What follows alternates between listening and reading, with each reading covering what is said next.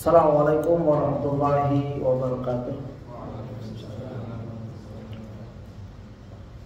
Alhamdulillah hamdan katsiran thayyiban mubarakan fih kama yuhibbu rabbuna wa yarda. Wa asyhadu an la ilaha illallah wa la syarika lah wa asyhadu anna Muhammadan abduhu wa rasuluh. Ya ayyuhalladzina amanu taqullaha haqqa tuqatih wa la tamutunna illa wa antum muslimun. Allahumma shalli wa sallim ala nabiyyina Muhammad. Para hadirin yang saya muliakan, bapak-bapak, ibu-ibu dari wali murid ya yang baru, ahlan wa sahlan wa marhaban bikum. Selamat datang di Ibnu Umar, yayasan yang sederhana, yayasan pendidikan yang berdiri sejak belasan tahun. Kami sebagai pengurus, mewakili pengurus semua mengucapkan ya, ahlan wa sahlan wa marhaban bikum. Dan juga kepada anak-anak kami yang kami cintai yang baru masuk ke jenjang SD, sekolah dasar, semoga Allah berkahi perjalanan anak kita nanti ke depannya ya, beriringan dengan doa dari orang tua. Doa huwal ibadah. Doa itu ibadah. Jangan ragu-ragu untuk berdoa kebaikan untuk anak kita. Seorang tokoh muhaddits, mudawwin, Imam Al-Bukhari yang buta waktu kecil, ibunya banyak berdoa. Ya, sehingga bermimpi berjumpa dengan Nabi Ibrahim ya, dan anaknya ya, Nabi Ibrahim menyampaikan dalam mimpinya, anak kamu akan sembuh dari butanya dikarenakan min aktsar ad-du'a, karena banyaknya doamu ya, jangan pernah meremehkan ya ad-doa. Doa silatul muslim. Doa itu senjatanya orang muslim.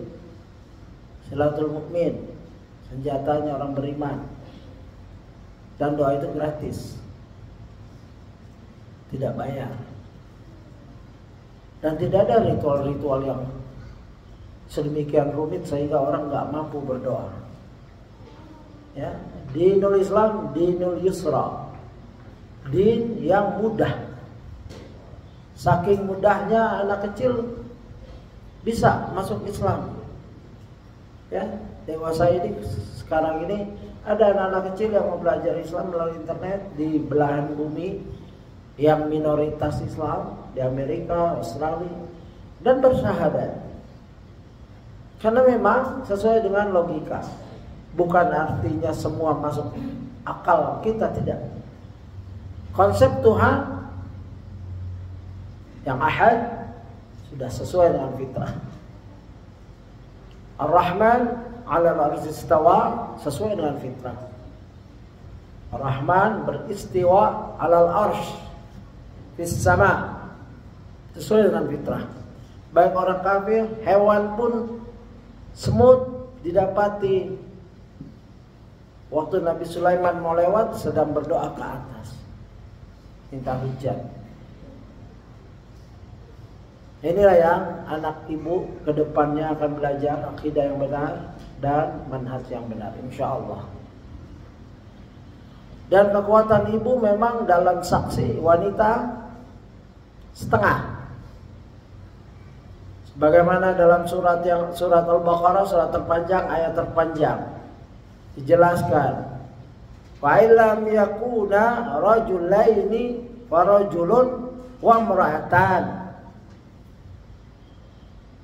Jika engkau, dan ini dalam kasus berhutang, tidak bisa mendatangkan dua saksi laki-laki, maka satu saksi laki, dua perempuan. Jadi wanita tidak boleh jadi saksi sendirian.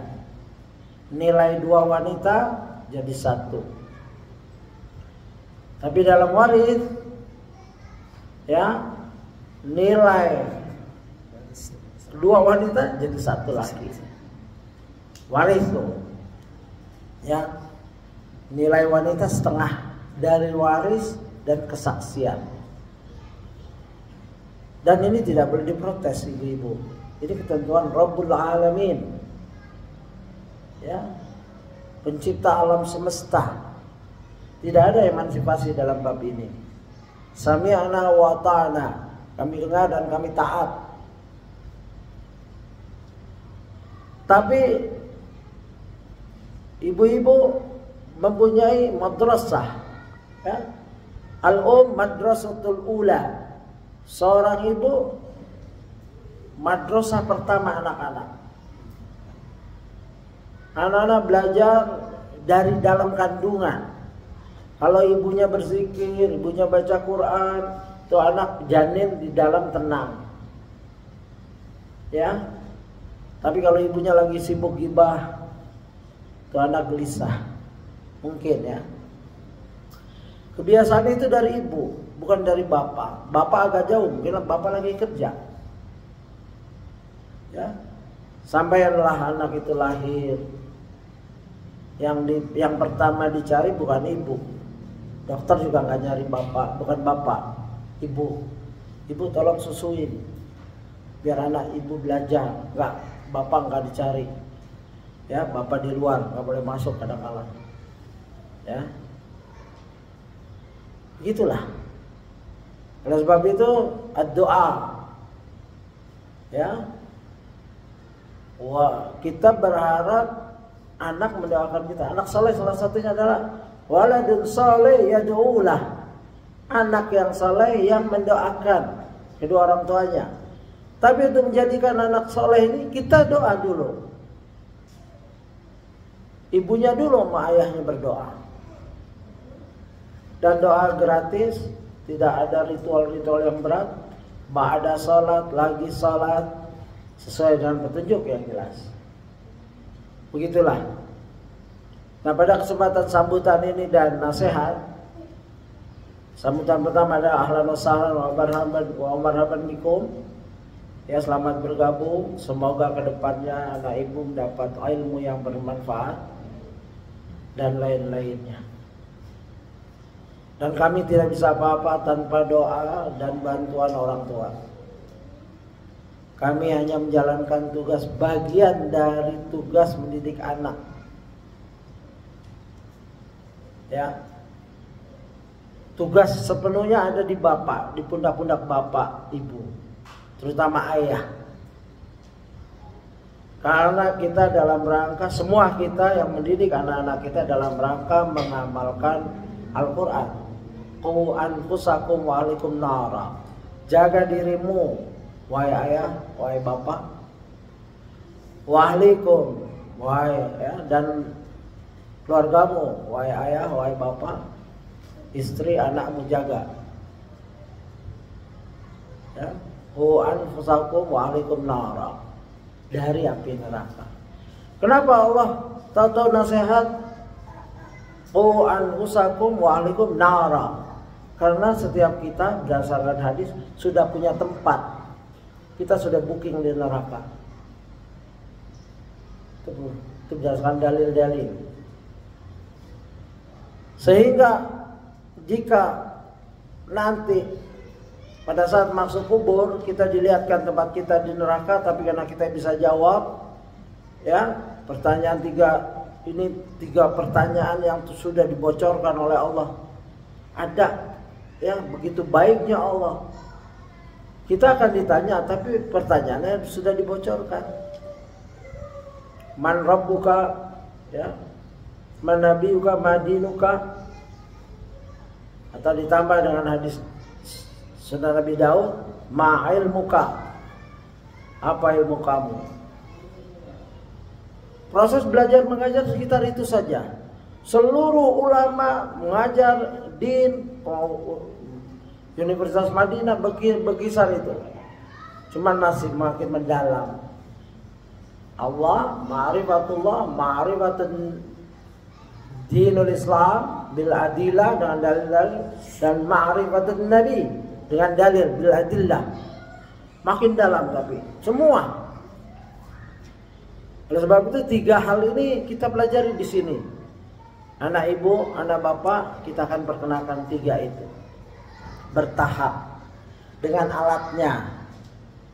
Alatnya bahasa Indonesia karena kita orang Indonesia. Alatnya bahasa Arab karena Al-Quran dari bahasa Arab dan hadis. Diajarkan menghafal karena sholat perlu hafalan. Begitu. Dan hal ini tidak menutup kemungkinan seorang belajar tidak dapat apa-apa. 6 tahun tidak dapat apa-apa. Saya pernah kumpul dengan para kepsek karena ada pernikahan keluarga, kebetulan kepala sekolah SMA ngobrol, ya, saling ta'aruf. Kebanyakan kepsek kepala sekolah. Saya tanya, lulusan SMA berapa persen yang bisa baca Quran? Banyak, Ustadz. Mungkin beberapa orang saja yang bisa baca Quran. Coba ingat, ini kebanyakan mayoritas Islam nih.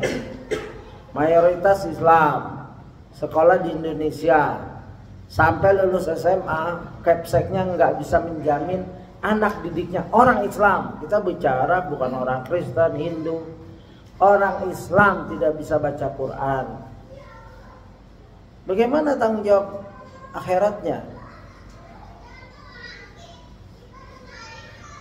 Apakah cukup dia menerima gaji sebagai kepsek? Padahal di bawahnya ada anak-anak muslim bersamanya 3 tahun.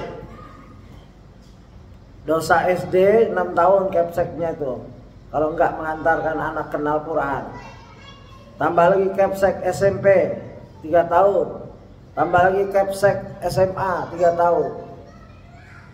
Saya pernah jumpa kepsek-kepsek yang studi banding di Perth, Australia. Kebetulan saya guru di sana, guru Islamic Studies and Computing. Mereka datang ibu-ibu kebanyakan. Saya tanya seperti ini, murid ibu, saya di Perth ngajar Iqra. Mereka kaget, Pak Ustadz pakai Iqra ya? Iya. Oh, Australia pakai Iqra. Ini Iqra udah universal, Bu.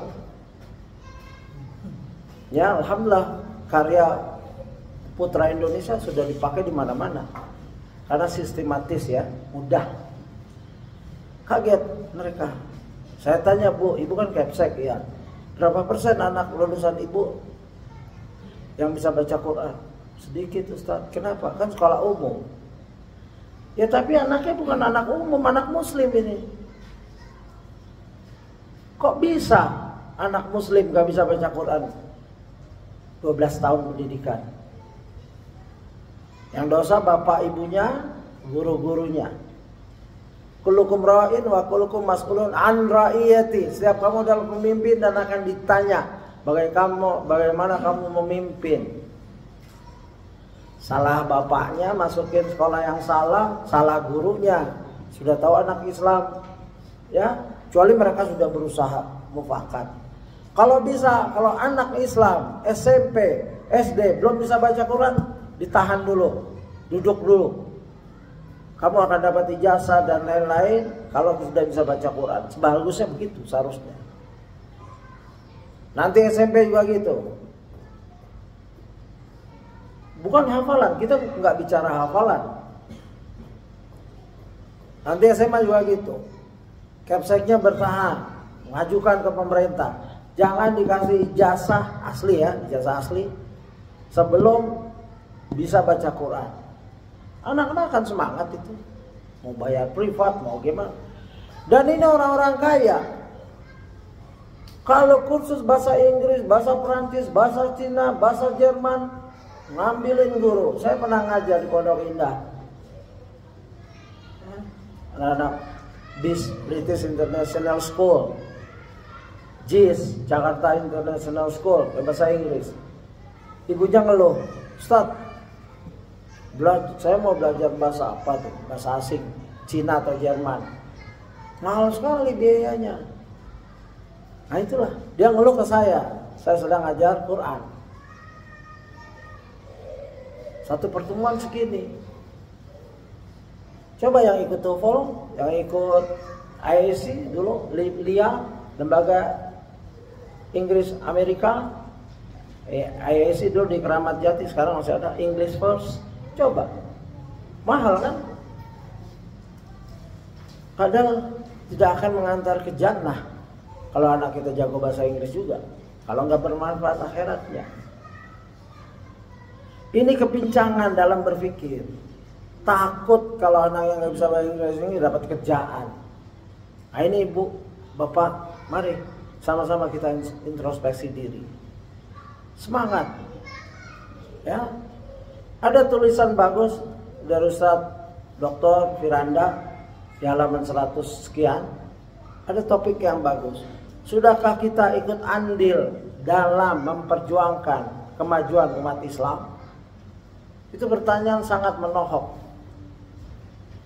Kalau kita lewat, masa kita lewat bapak-bapak, jadikan anak kita, motivasikan anak kita. Kamu insya Allah jadi pejuang Islam. Nah, kalau jadi pilot yang memikirkan umat Islam agar sholatnya mudah.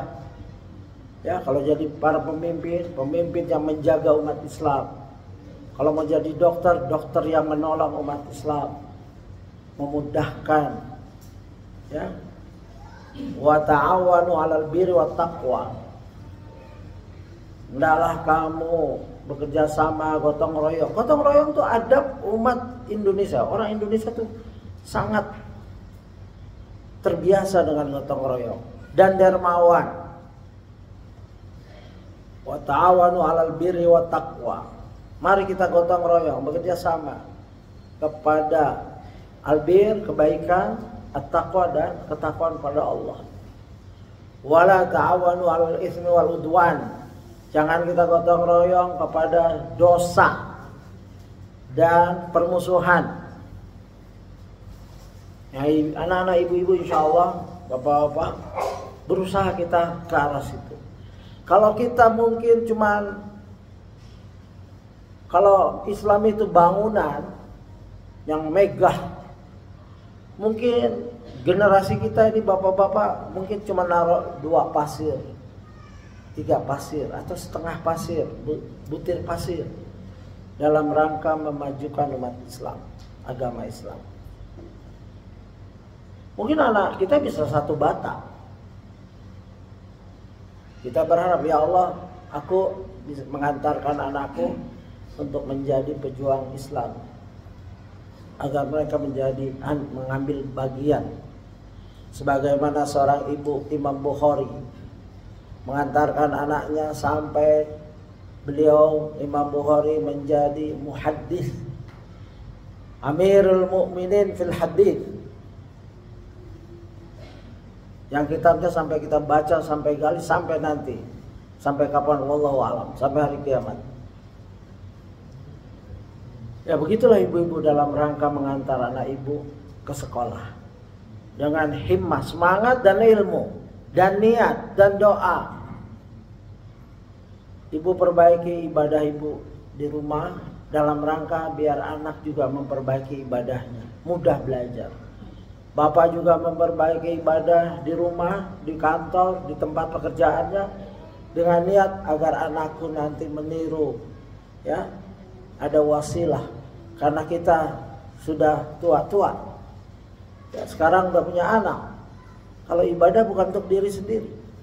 Ada seorang ulama, sholatnya lama, aku sholat lama karena aku ingat anakku, agar dia juga sholatnya lama nanti, sholatnya khusyuk, sholatnya benar.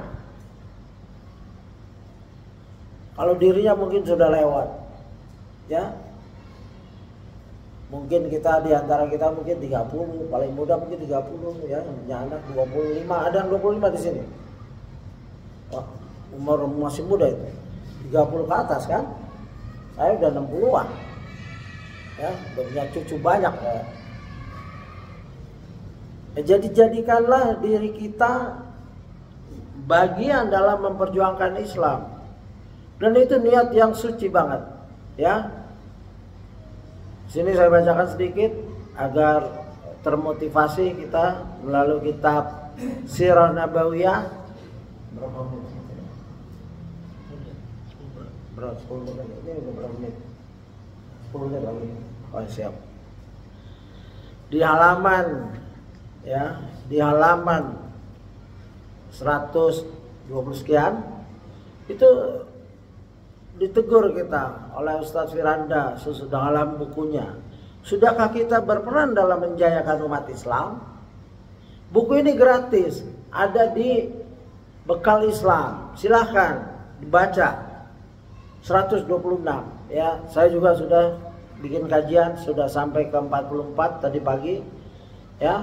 Sudahkah kita berperan dalam menjayakan umat Islam? Sirah Nabawiyah jilid 1 halaman 126. Kita ini akan ditanya karena Allah mengeluarkan sahabat kuntum khairal umat ukhrijat linnas. Kamu dikeluarkan, dilahirkan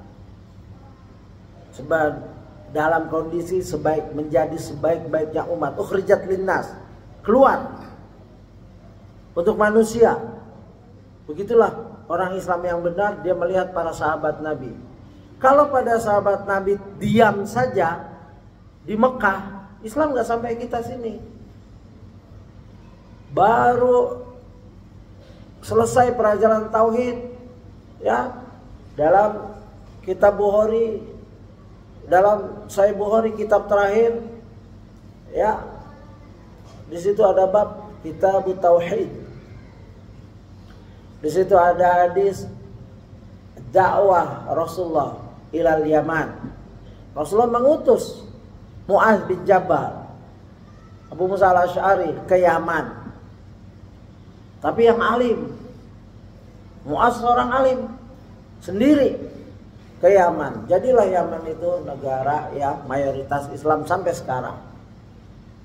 Begitulah, diajarin dulu sama Rasulullah 13 tahun lebih, lalu dikirim. Jadi ada proses belajar mengajar. Belajar, setelah paham, mengajar. Kita berdoa anak-anak kita juga gitu. Dia boleh jadi pilot tapi hafiz Quran.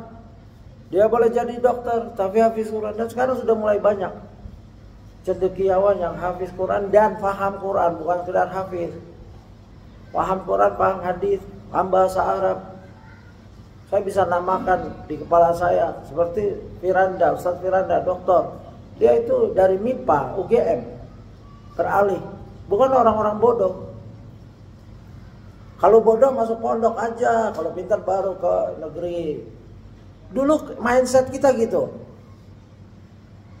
Rahimahullah bapak saya nggak ngomongin bapak saya, orang lain. Ini bapak saya bertanya ke saya, ya panggilannya Im, Abdurrahim, Im, mau masuk pondok ya? Mau pak. Nanti ya kalau nggak dapat negeri. Ya wajar kan? Bapak saya ekonominya anak 12, jadi ukur ekonomi negeri kan gratis. Kalau pondok saya nggak tahu juga pondok yang mana. Itu dari SD, lulus SD, wah dapat negeri, sayang, ambil aja ya, terserah pak. Lulus SMP ditanya lagi, mau masuk pondok nggak?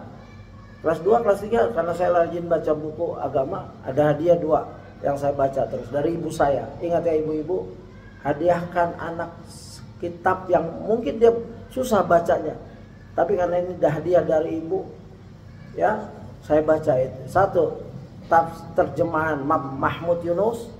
2, terjemahan Riyadhus Shalihin. Itu selalu saya pegang 2 itu. Quran Sunnah. Ibu saya orang awam, buta huruf. Ini bukan saya membanggakan ya. Rahimahullah. Semoga amal jariah beliau ya, ibu bapak saya. Kalau bahasa saya orang awam, dua-duanya orang awam. Mau masuk pondok ya, mau. Lulus SMP dapat negeri lagi. Ya. SMA Bulungan tuh, SMA 7 apa? Ya, para bintang film di situ anak itu. Tapi saya nggak boleh masuk situ. Saya masuk SM Penerbangan, adik kelas Tommy Soeharto. Ini cerita manusia begitu. Bapak saya nggak paham, ya udah.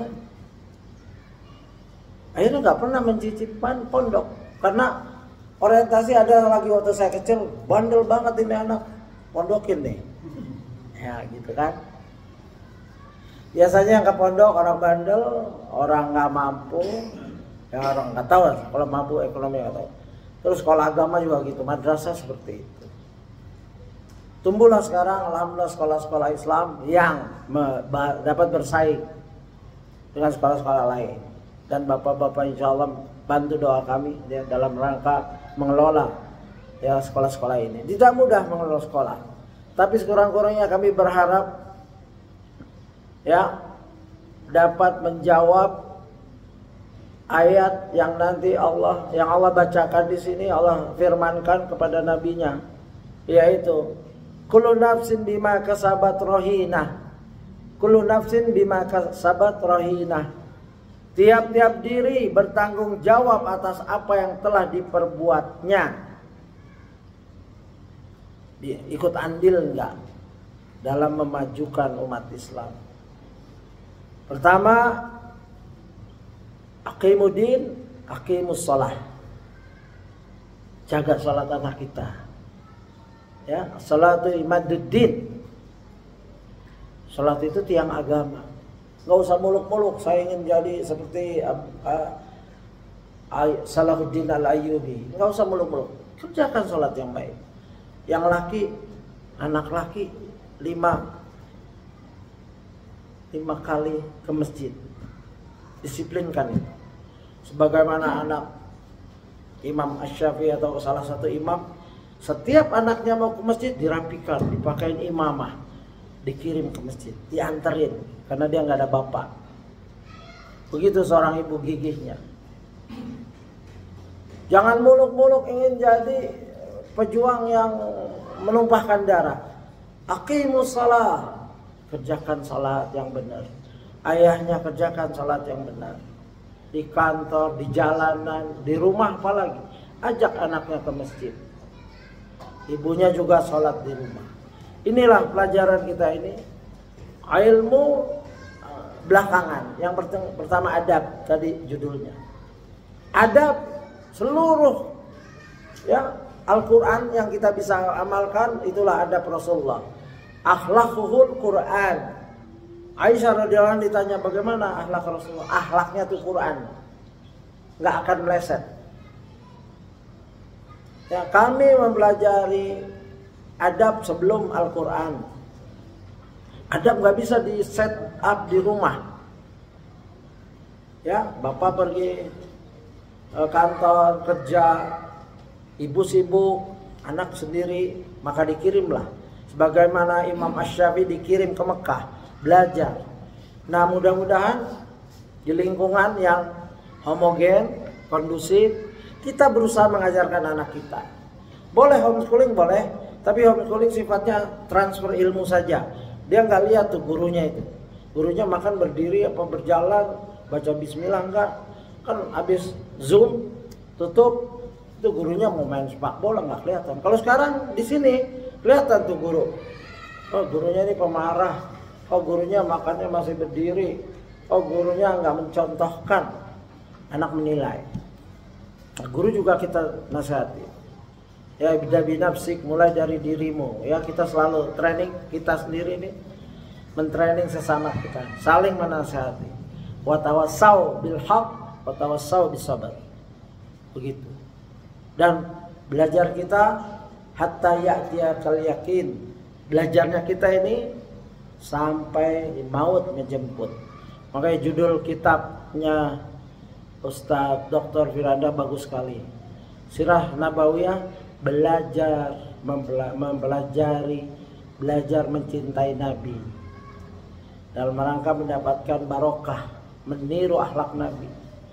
Ya, meniru gerak-gerik semuanya ya penuh berkah. Demikian, mungkin ada tanya jawab sedikit, silakan.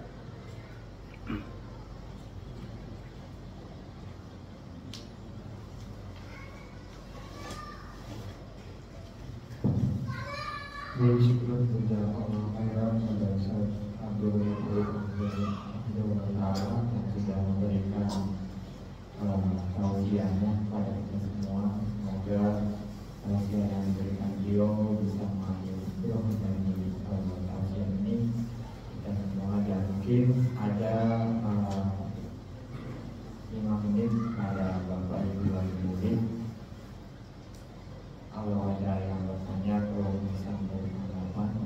masalah apa saja? Boleh masalah apa saja yang tentang itu. Benar. Masalah sekolah juga. Masalah sekolah. Ya.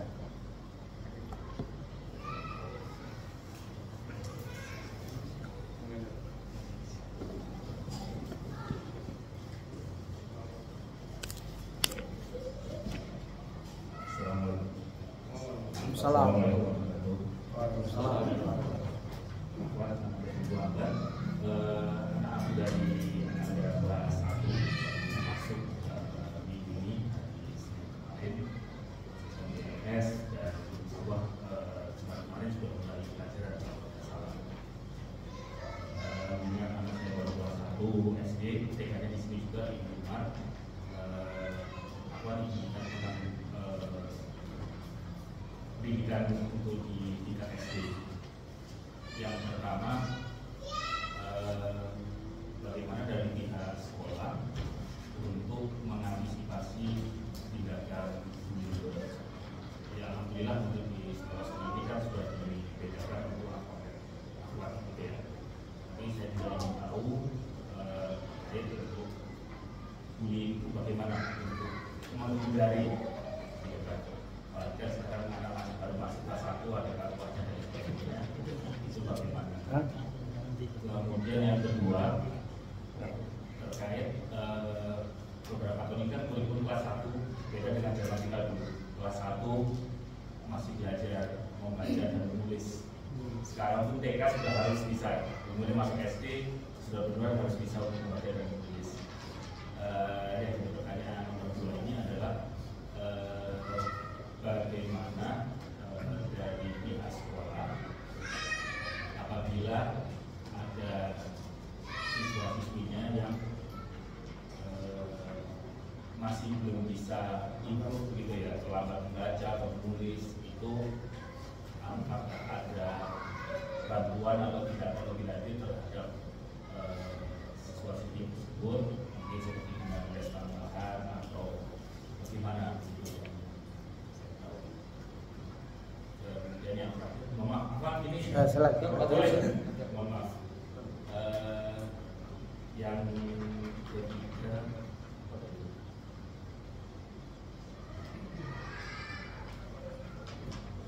oh ya, untuk ini fasilitas sekolah. Kita tahu untuk fasilitas sekolah tidak terlalu luas seperti karena di kelas SD kan kelas 1 sampai kelas 6 ini juga siswanya cukup banyak. Nah, di depan kan ada bisa lapangan bola, yang di belakang juga ada lapangan sudah insya Allah sudah bisa digunakan juga.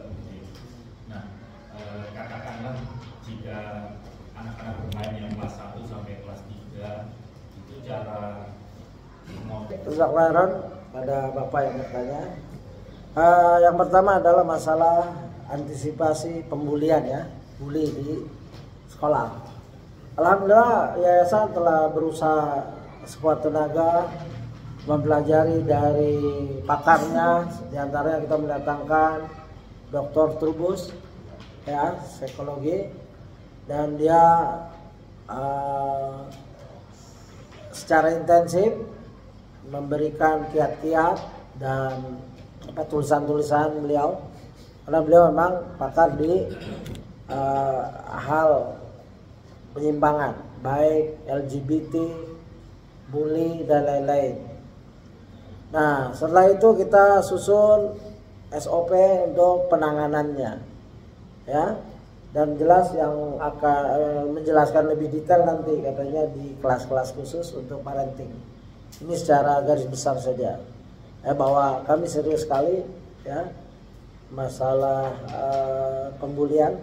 Tapi perlu diingat harus ada timbal balik, bahwa kita sepakat ibu bapak kami lembaga tidak menghendaki terjadinya pembulian, begitu kan? Nah, pembulian ini terjadi di mana-mana, di rumah, di sekolah, di jalanan, di tempat kerjaan, di pemerintahan, begitu kan? Nah, itu cuman penanganannya berbeda. Kasus di rumah ada pembulian juga, pembulian kakak ke adiknya Pembulian seorang ayah ke anaknya bisa juga itu terjadi. Tetangga datang ke rumah membuli anak kita, itu terjadi. Jadi bukan di sekolah saja. Yang penting wawasan itu ada pada kita. Ya, hampir setiap sekolah baik sunnah, yang sekolah umum bahkan mengerikan, ya kan? Ada yang ditendang, dipukul dan lain-lain. Nah, saya kalau lihat gitu langsung bersyukur, ya ada sekolah alternatif gitu. Ya, dan itu terjadi di sekolah Islam, MTS seperti itu, dan sekolah umum apalagi. Bahkan ada yang meregang nyawa karena pembulian. Nah, sebab itu kami sangat serius menangani ini, ya tidak main-main, dan segala bentuk hukuman yang mempunyai efek jerah ke anak kita akan tetapkan, ya kita susun. Bahkan kalau harus memanggil orang tua, ya jadi kemungkinan korban dan pelaku orang tuanya kita akan bertemukan, ya salah satunya itu terapinya itu. Ya, lihat penyebabnya, karena anak-anak harus dibantu juga di rumah. Kalau anaknya nggak mau ngebully orang, tolong tontonannya, gamenya diperhatikan, jangan yang violence, ya, yang menyebabkan tuh anak bereaksi sesuai dengan otak belakangnya. Dia nonton, kalau keganggu kepret, gebuk, dan dia gede badannya, dia cari yang kecil. Pesannya di rumah dia main game itu masuk ke otak belakang. Ya, game itu membawa kepribadiannya. Ya, karena dia masih kecil. Kalau yang gede-gede main game kan tahu, oh ini game. Kalau anak kecil nggak, menjiwai. Oleh sebab itu mohon bantuan bapak-bapak, ibu-ibu, ya, baik pelaku atau korban, fa'ilun aw maf'ulun, ya, objek atau subjek, ya, membantu dua-duanya. Kalau ada potensi anak kita pembuli, kita nasihatin dari rumah. Nah, ingat ya nak, adik-adik kamu mungkin satu kelas tapi ada yang badannya kecil, ya jangan kamu bully, nanti ayah datang loh. Benar-benar kalau kamu mukul anak yang lain, begitu. Nah, anak yang lemah nasihatin. Nah, kalau kamu ketemu yang ngebully, kamu laporin ke guru, ya guru akan mencatat. Jangan takut kamu sekolah terus, nggak boleh gara-gara dibully. Ada kan kasus di mana anak sering dibully akhirnya malas sekolah. Nah, itu harus ditanya, kenapa anak kita malas sekolah? Ditanya itu input buat kita. Oh, dia dibully, dia dipukul jam segini, tanggal segini. Oh, nah itu kita akan jejak. Kita ada CCTV juga yang bisa melihat tanggal berapa, jam berapa. Jadi mari kita kerjasama, ya secara umum seperti itu. Yang jelas khusus ya para praktisi ini. Ya, kalau kami yayasan seperti itu menanganinya. Ya, itu. Yang kedua, yang kedua itu bagaimana ada siswa-siswi yang terlambat membaca dalam tulis itu penanganan. Ya, kami dari yayasan mengarahkan bahwa anak itu harus bisa baca secara umum, ya. Tetapi tidak boleh ditekan sampai stres, karena dua pendidikan ada, ya. Pendidikan itu ada pergaulan, ya, kependengaran, penglihatan. Dia melihat guru-gurunya sholat, ya. Dia dengar ayat Quran tapi dia nggak bisa baca Quran. Dia dengar kata-kata baik, itu potensi itu harus dijaga. Jangan karena tidak bisa baca langsung dia menjadi posisi yang sangat terbelakang. Tidak. Bahkan di negara modern, bukan modern, maksudnya di negara seperti Australia yang saya tinggal, ada anak SMA masih belum bisa baca. Lulus saja, naik terus. Ya kita nggak kayak gitu. Saya pernah sarankan guru-guru di sini, tolong dalam membaca ini diringankan. Tetap diajarin, sama ajarinnya, tapi anak beda-beda, ya daya tangkapnya. Kalau bisa tadi kan, kalau bisa ada les, pendekatan guru yang cocok. Ada anak yang cocoknya sama guru ini, walaupun dia udah naik kelas, dia cocoknya sama guru ini terus saja. Sifatnya yang monoton kayak gitu ada anak. Maka kita nasihatkan kalau ada guru yang dia cintai, dan banyak ilmu bisa ditransfer melalui guru ini, kita bekali ekstra.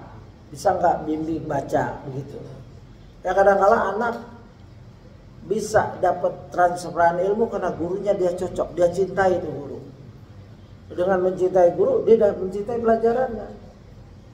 Ya, atau cara penyampaiannya, kesabarannya, luasnya, setiap guru beda-beda. Tapi jangan juga langsung menyalahkan guru yang nggak luas. Ya, tidak. Karena ada guru yang tegas, manfaatnya banyak. Tapi satu orang aja yang nggak bisa nerima dia. Ya jangan dihukum, oh ini guru nggak benar. Gara-gara anak sita nih satu yang nggak mampu. Ya, jangan seperti itu. Guru ini sudah melalui micro teaching, tes, kualifikasi dan lain-lain sudah kita uji. Jika ada anak 1-2 yang tidak bisa mengikuti guru, ya kita jaga guru itu marwahnya, kehormatannya. Kita perhatikan anak kita, ya. Jangan mengeneralisir sekolah nggak benar, ya. Masa kecuali misalkan ada murid paling banyak berapa murid? 28, kelas 1, kelas 2, 28-nya nggak bisa baca. Sampai SD lulus nggak ada yang bisa baca. Ini gurunya rusak, sekolahnya rusak, KSN-nya rusak, bubarin aja. Tapi kalau 1, 2, 3 yang ada seperti itu, ya kita harus periksa anak kita, ya. Gitu. Wallahu a'lam. Mungkin nanti lebih detailnya para guru yang berhak menjawab itu. Iya, ketika fasilitas sekolah ini sedikit bertanya bermainnya, pengaturannya itu bagaimana? Ya. Yayasan cuma bisa menjawab qadarullah wa ma syaa fa'al. Ya, fasilitas kami memang seperti ini dan kami sudah maksimal berusaha untuk membagi-bagi waktu kan. Siapa yang giliran olahraga, siapa yang giliran belajar. Cuman masalahnya seperti kita ini, kita lagi ada pertemuan, anak-anak pengen main, ya kan. Nah, tapi insya Allah kita usahakan kondusif. Permainannya juga ringan kan, paling futsal ya. Nah, futsal. Kalau dulu zaman awal gobak sodor itu paling murah meriah, ya. Jadi gini, nah ada psikologi bilang anak nggak harus difasilitasi, semua yang dia mau kita beliin. Mau mainan ini beliin, mau kesini kita siapin. Jangan, itu justru menyempitkan daya kreativitas, ya, imajinasi mereka. Jadi bukan pembelaan diri ya. Saya baca psikologi kayak gitu. Artinya anak yang setiap nangis kasih mainan, mau mobil kasih ini, itu nggak begitu kreatif anak itu. Karena mau main pesol-pesolan, baru mau ngomong bapaknya udah nih pesol yang mana? Ya, M16, AK-47 dan lain sudah ada. Dibanding anak kampung mau mainan dia susah, minta ibunya nggak dikasih, minta bapaknya nggak dikasih. Dia lihat gedebong pisang, ya dipotong, lebih hebat dari plastik yang 47. Rusak, bikin lagi. Anak-anak zaman kampung itu kreativitasnya ada. Ini psikologi ya. Saya mau bilang di sini jangan terkukung dengan fasilitas. Anak bisa bermain sendirian. Ada anak bermain dengan tangannya kan ada, itu jangan diganggu itu. Dia sedang menghayal, ya ini bisa jadi robot, ini bisa jadi tombak, dia bermain. Nggak apa-apa itu, bukan aneh, bukan ada kelainan anak. Dia bahkan tinggi itu imajinasinya. Sering-sering aja lah, jadi bapak nggak harus beli mainan ya kan. Ini jadi truk, kadang-kadang jadi kereta, ada pesawat. Ya. Nah di sini ya lapangan kecil dijelaskan. Alhamdulillah kita syukuri apa yang kita ada, bermain yang tertib, ya, gantian, bersabar, ya begitu. Ya mudah-mudahan bisa menjawab sedikit. Ya kalau memang ada rezeki kita akan dikat atas ya, sebagian. Wallahu a'lam. Terima kasih atas jawabannya. Mungkin ini tausiah acara ini kami tampilkan terlebih dahulu. Nanti insya Allah akan dilanjut penyampaian dari Wakasih Kurikulum, Wakasih Koordinator Kampus, Kesiswaan nasihat seperti ini. Baik, cukup ya mungkin aku umum untuk acara tausiah ini. Nanti insya Allah kita